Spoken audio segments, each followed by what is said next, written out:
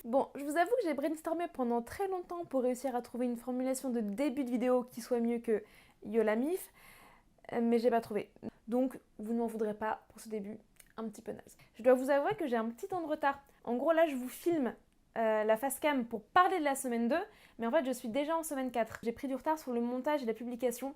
C'est très compliqué de cumuler à la fois la partie vlog, montage et mon activité entre guillemets normale avec mes clients. Je pense que c'est pas très grave pour une première fois et que vous n'êtes pas si nombreux à attendre religieusement mes vidéos à une date fixe. Bref, cessons de papoter et rentrons dans le vif du sujet. Pour vous faire un récap de là où on s'est arrêté au précédent vlog, on était le vendredi de la première semaine et j'étais justement partie acheter tout mon matériel. Donc, un pied pour tenir le téléphone, une lumière LED, un pied pour tenir la lumière LED et un micro. Donc je vous avoue, quand je rentre chez moi avec tout mon matériel, je suis comme un enfant le matin de Noël. Je déballe tous les cartons, je suis hyper excitée de tout sortir, de tout monter, de tout tester, etc. Donc là, j'ai qu'une hâte, c'est d'être un samedi pour commencer à monter. J'ai 15 000 idées qui me viennent en tête, tout ce que je veux vous dire, toutes les astuces, je commence à créer un petit scénario pour sécuriser tout ça.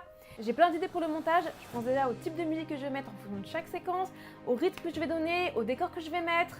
J'ai hâte de télécharger Adobe Premiere Pro et de tester le logiciel. Bref, j'ai 15 000 idées, sauf que le lendemain quand je me lève et que je réfléchis à tout ça, il se passe ça. Mesquina. En fait, je pense que quand je me suis levée, toute l'excitation de la veille était retombée et je pensais de manière très concrète à la montagne de taf qui m'attendait. En fait, je me suis rendu compte que je n'avais fait que la partie la plus facile et que là, il me restait vraiment le plus dur à faire, c'est-à-dire apprendre un nouveau logiciel et à passer du temps à regarder tous les rushs monter.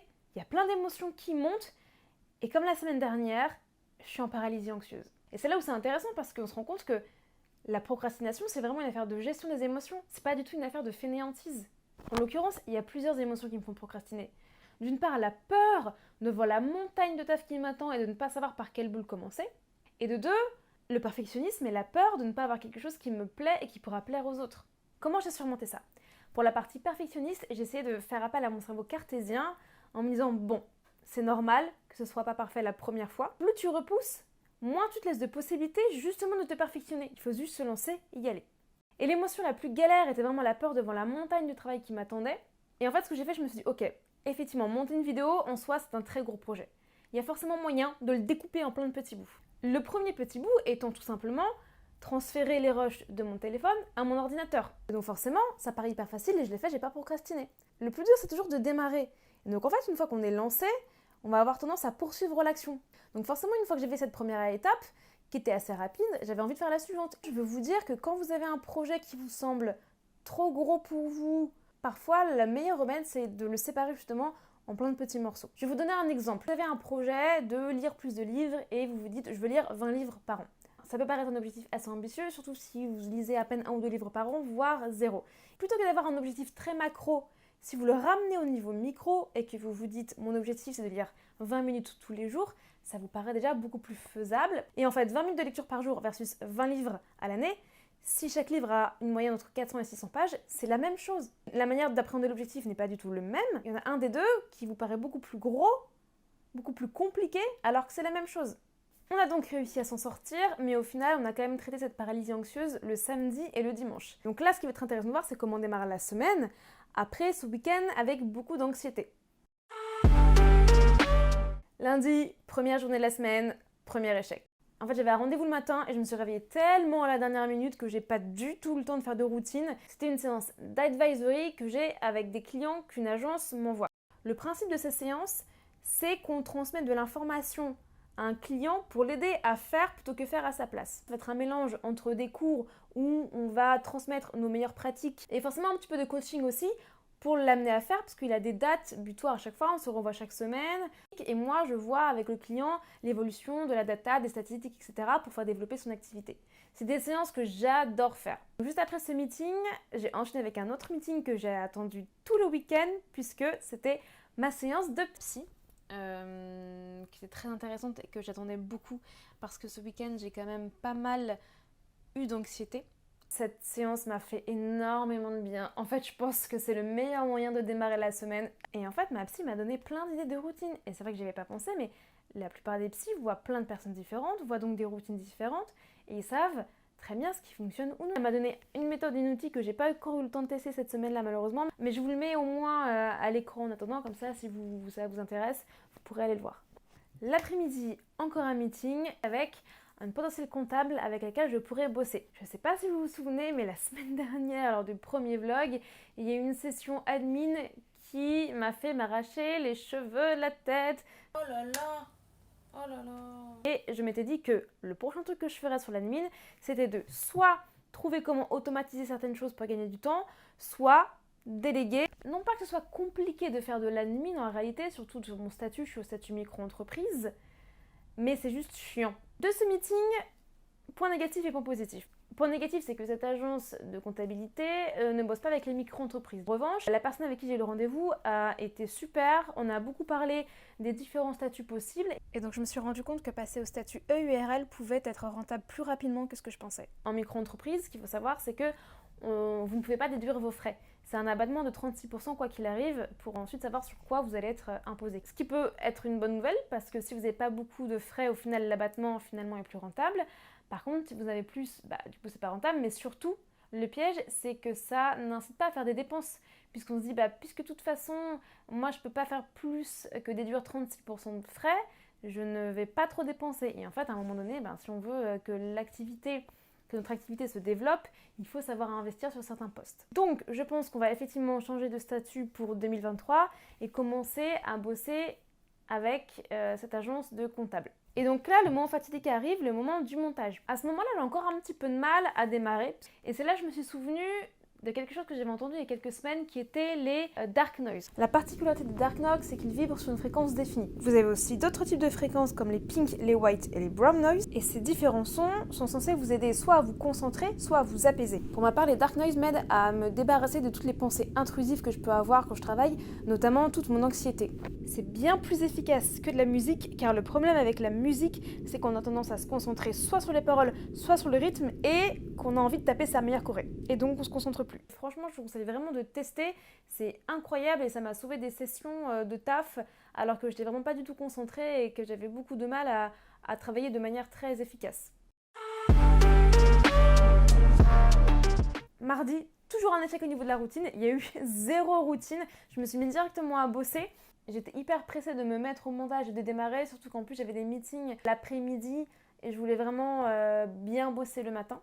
Donc après avoir bien bossé toute la matinée et une partie du début d'après-midi, j'ai eu un meeting avec un potentiel prospect. Alors j'étais assez mitigée sur ce rendez-vous parce que c'était un projet sur un outil que j'aime bien qui s'appelle le Webflow, qui est un outil de no-code pour développer des sites. Ce qui était cool, c'est que c'était une mission quand même où il y avait pas mal de choses à faire, donc d'une mission avec un beau devis et un beau montant.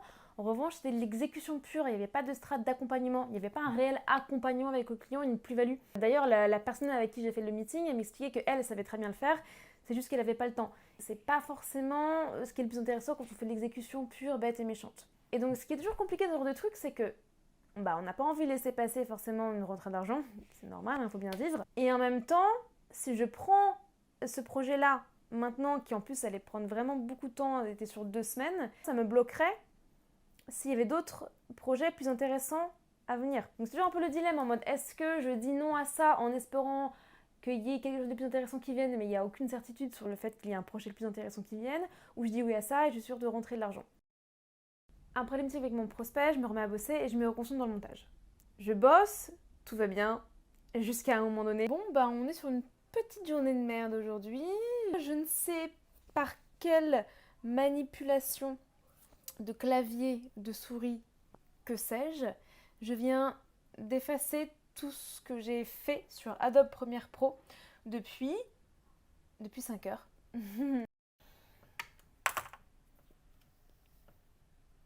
Je ne comprends absolument pas du tout parce que ça s'est passé en une demi-seconde. Je pense que c'est un raccourci de clavier que j'ai fait sans me rendre compte. Donc là, moment de panique et de doute intense. Au final, je fais appel au Joker. Appel à un ami, nous appelons donc Vikram. Je crois que j'ai fait une dinguerie sur le logiciel Adobe. Normalement, tu as un truc d'enregistrement automatique qui a dû sauvegarder tes projets avant la dernière sauvegarde, tu vois. Waouh, frérot, tu m'as sauvé la vie avec ton autosave. Je savais pas du tout qu'il y avait des autosaves. Et en fait, tu as tout l'historique de tous les autosave et j'ai pu récupérer à l'avant-dernier de mon fichier avant que je fasse la merdouille. Et on est reparti en avant Guingamp. Vous mentir, on va pas se mentir, on va pas se mentir. J'étais à deux doigts de pleurer. J'ai fait les montagnes russes émotionnelles en moins de 5 minutes. Donc là, il est 1h30 du matin et je viens seulement de finir la journée. Ce qui est cool, c'est que j'ai passé 8 heures à faire du montage, du tournage et que je me sens pas spécialement fatiguée. C'est un super bon signe quand on passe des heures à faire quelque chose et qu'à la fin on n'est pas drainé émotionnellement. Quand vous aimez ce que vous faites, quand vous les faites pour les bonnes raisons, ça vous procure plus d'énergie que ça ne vous en prend. Alors évidemment, ça ne veut pas dire que vous devez bosser 24 heures sur 24, 7 jours sur 7, mais vous verrez quand même qu'il y a une adrénaline et un sentiment qui est totalement différent à la fin. Je démarre la matinée en bossant sur des prestations clients que je dois finir et une fois que ça c'est fait, je me mets encore une fois sur le montage puisque j'ai encore plein de choses à faire. L'après-midi, j'ai encore une session d'advisory avec un autre client cette fois-ci à 2h. Et là, il s'est passé quelque chose d'extrêmement frustrant. Là, on est déjà à 5 minutes de retard. Quand on est en vision, on sait que ça arrive toujours à avoir quelques minutes de retard, surtout après la pause déjeuner. C'est pas bien grave. J'attends 5 minutes, toujours pas de client. Au bout de 5 minutes, j'envoie donc un mail en expliquant bah voilà, j'attends avec le lien du Google Meet pour que la personne puisse y accéder assez facilement. 2h10, toujours personne. Et moi en général, ma limite c'est 2h15. Je me dis si au bout de 15 minutes la personne ne vient pas, je m'en vais et on reprogramme. Donc je patiente encore un petit peu, je renvoie une relance entre temps, 2h15, toujours personne. Bon, bah là vient de se passer quelque chose d'assez courant finalement quand on bosse en distanciel. C'est que j'avais un meeting à 2h et la personne n'est tout simplement pas venue. C'était hyper lourd parce que moi j'avais même écourté ma pause déjeuner, j'avais mangé en speed pour pouvoir être à l'heure à ce rendez-vous-là et l'honorer. Je peux comprendre qu'on ait du retard, qu'on a un empêchement, etc. Mais la moindre des choses c'est de prévenir.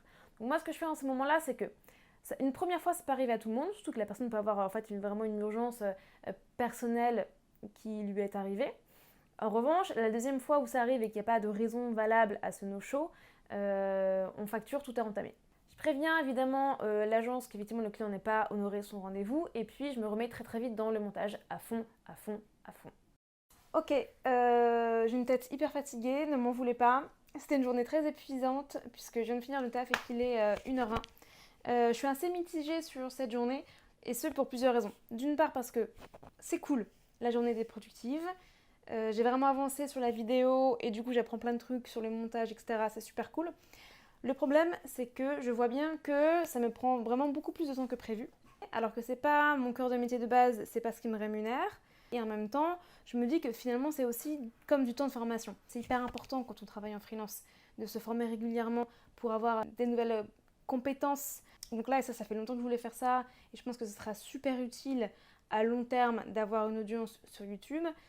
J'ai deux points de vue. Soit si je le vois d'un point de vue lean, un peu comme on en avait parlé la semaine dernière, c'est pas top. Peut-être que je ferais mieux de déléguer ça à quelqu'un. Sauf que ça me fait aussi kiffer. Et donc en fait, je suis un peu partagée entre c'est pas forcément utile si je comptabilise juste vraiment d'un point de vue productif d'heures de retour d'argent. Et en même temps, je pense qu'il ne faut pas non plus toujours vouloir avoir les récompenses au court terme quand on fait quelque chose pour le taf. Parfois, il y a des choses qui prennent du temps à construire. Mais voilà, c'est le début, ça prend du temps. Je pense que ça ira beaucoup plus vite les prochaines fois.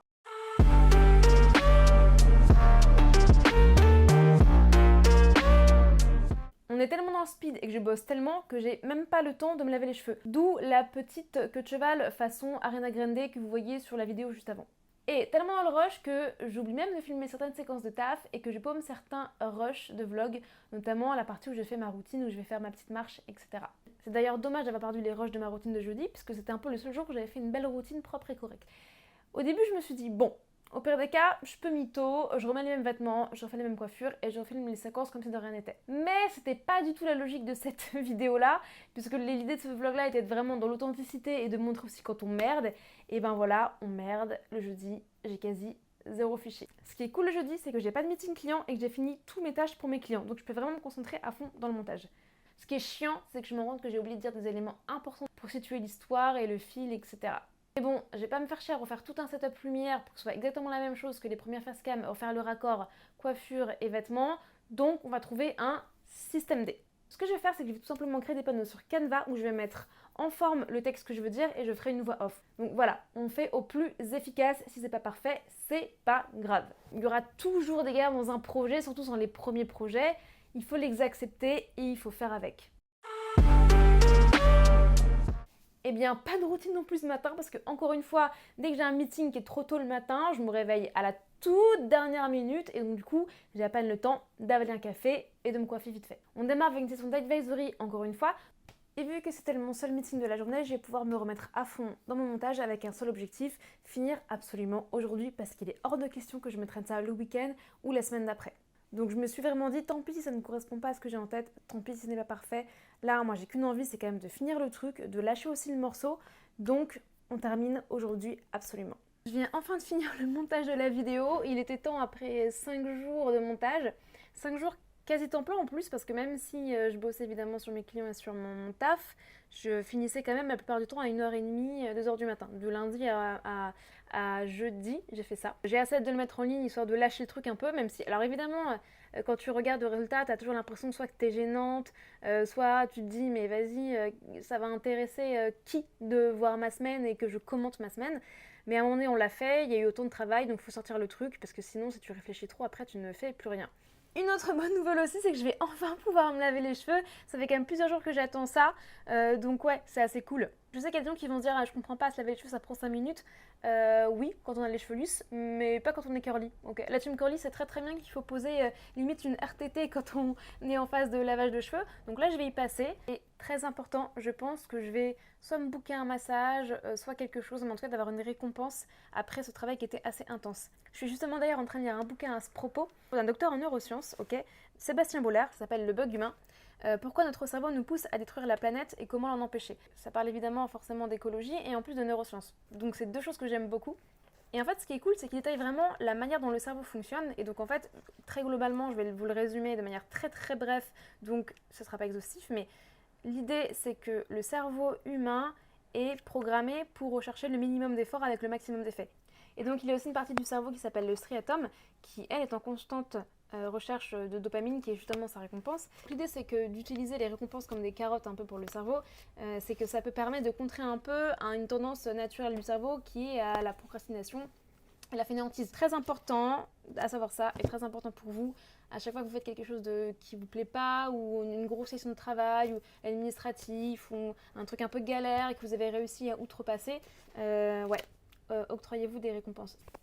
Yes! Ben voilà, on s'est enfin fait un ravalement de façade. Et là, pour finir la journée, on va aller se faire une petite marche, toi-même tu sais, parce qu'on en a bien besoin après tant d'heures devant un écran. Si je dois faire un résumé de cette semaine, très éreintant, très challengeant, mais au final je suis hyper contente. Je suis contente d'avoir bossé autant, d'avoir sorti le truc. Et je pense que je le dois aussi au fait de l'avoir annoncé. Et sur les réseaux, il y a beaucoup de personnes, quand tu annonces quelque chose, forcément, tu te dis, il faut absolument que je fasse le truc jusqu'au bout pour garder un peu la face. Tandis que si j'avais juste eu ça comme projet en tête et que j'en avais parlé à personne, peut-être que je me serais dit, on attendra ça la semaine d'après, et la semaine d'après, etc., etc. Donc ça aussi, je trouve que c'est une bonne astuce de dire aux gens et d'annoncer très haut ce qu'on va faire. Forcément, quand on veut garder la face, on est obligé de le faire derrière. Cette semaine, j'ai dû mettre plein de choses en suspens parce qu'en fait, avec la quantité de taf que j'avais, j'étais obligée de prioriser. Donc, il y a plein de choses que j'ai pas fait, notamment poster sur LinkedIn et alimenter mon réseau. J'ai pas non plus fait trop de sport et je le ressens vraiment, franchement, physiquement, je sens qu'il y a quand même une baisse de vitalité. J'ai pas non plus fait de très bonnes routines. C'est un peu chiant, mais c'est pas grave. De toute façon, il n'y a aucune semaine qui est parfaite en termes de routine. Et puis, surtout, c'est pas parce que sur une semaine, j'ai pas fait de sport et que j'ai pas fait de bonne routine que c'est dramatique. Voilà, c'est pas grave, on s'en fout, c'est cool. Il y a eu énormément de taf qui a été fait, donc on va pas non plus s'autoflageller sur les choses qui n'ont pas été faites à un moment donné. J'espère que cette deuxième face cam et que cette deuxième vidéo sera encore mieux. Et j'ai encore hâte de monter la deuxième et de monter la troisième et la quatrième, etc., etc., etc. Merci de m'avoir écouté, encore une fois. Si vous voulez me soutenir, partagez ça à vos amis. En tout cas, toutes les personnes qui, pour vous, seraient intéressées par avoir des astuces d'entrepreneuriat, d'organisation, de business, etc. Et surtout, on se revoit la semaine prochaine. Baby,